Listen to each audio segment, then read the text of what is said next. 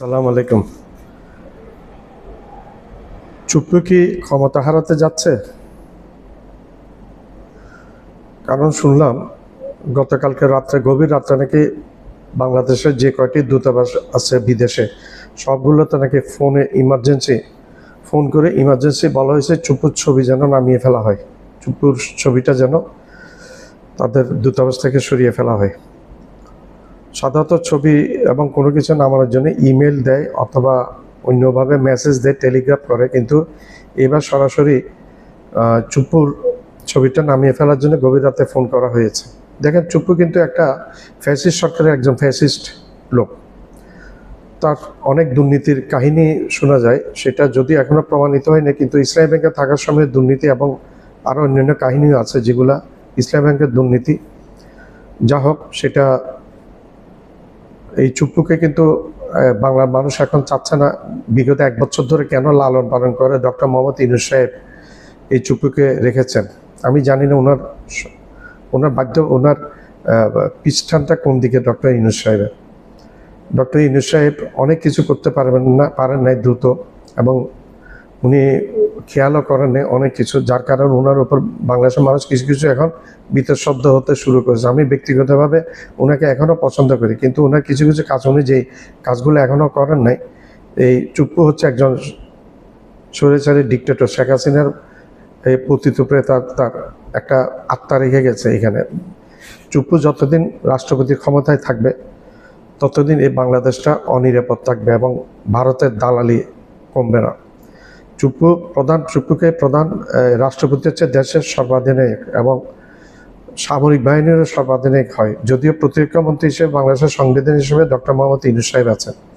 তো আমরা চাই চুপ্পুকে অচিরেই যেন সরিয়ে দেওয়া হয় এবং তাকে যেন যেতে না দেওয়া হয়, এবং অন্যরা যেভাবে চলে গেছে সেভাবে যেন উনি যেতে না পারে। ওনার যদি কোনো অপরাধ থাকে, ওনার বিরুদ্ধে কোনো থাকে, তাইলে ওনাকে আইনের আওতায় আনা হোক। সেটা বাংলাদেশের মানুষের একান্ত দাবি। এবং ডক্টর ইউনূস সাহেব আজ পর্যন্ত কেন করার চেষ্টা করেন নাই? উনি চেষ্টা করলে আমরা জানতাম উনি বৃথা হয়েছে। ছাত্ররা শেখ হাসিনা পতনের পরে 2-3 মাসের মধ্যে ছাত্ররা চুপ্পুর বঙ্গভবন মুখে যাত্রা করেছিল, ব্যারিকেড দিয়েছিল। তখন কিছু এই বিএনপি প্রথম বাধা দিয়েছে। বিএনপি বলছে রাষ্ট্রপতিকে সরিলে সাংবিধানিক শূন্যতা হবে। বিএনপি এর জন্য 100% দায়ী। এর মধ্যে সালাউদ্দিনকে সালাউদ্দিন বলে। আমি জানি না উনি সালাউদ্দিন কিনা কোন সালাউদ্দিন। এই যে বিএনপি সালাউদ্দিন সাহেব, উনি নিজের মুখে বলতে আমি ভিডিওতে শুনেছি কনস্টিটিউশন সাংবিধানিক সংকট দেখা যাবে। আমার মনে হয় উনি একজন সংবিধান বিশেষজ্ঞ। ওনার চেয়ে সংবিধান বাংলাদেশের আর কেউ বুঝে না। চুপ শুরু হয়ে গেলে সংবিধান শূন্যতা দেখা দিবে। শেখ মুজিব মরে গেছিল, মেরে ফেলা হয়েছে, সাংবিধানিক শূন্যতা দেখা দিয়েছিল। জিয়া রহমানকে মেরে ফেলা হয়েছে, সাংবিধানিক শূন্যতা দেখা দেওয়া হয়েছিল। আব্দুল সত্তারকে সরিয়ে দেওয়া হয়েছিল, কি যে সাংবিধানিক শূন্যতা দেখা দিয়েছে। কোনো একটা পদের জন্য কোনো কিছু empty place always not remain MT.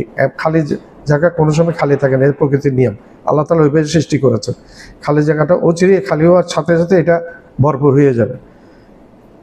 এই বিএনপি দায়ী থাকবে এই চুপ্পুকে না সরানোর পিছনে। বিএনপি ভারতের ভাষায় কথা বলে, বিএনপি আওয়ামী লীগের ভাষা কথা বলে, পতিত স্বৈরাচার শেখ হাসিনার ভাষায় বিএনপি কথা বলে। এখনও বিএনপির উপরের স্তরের নেতাগুলোর মধ্যে এই জিনিসটা। তো ধন্যবাদ। আমার চ্যানেলটা লাইক করবেন, সাবস্ক্রাইব করবেন, শেয়ার করবেন, বেল আইকনটা প্রেস করবেন। সাবস্ক্রাইব করতে ভুলবেন না।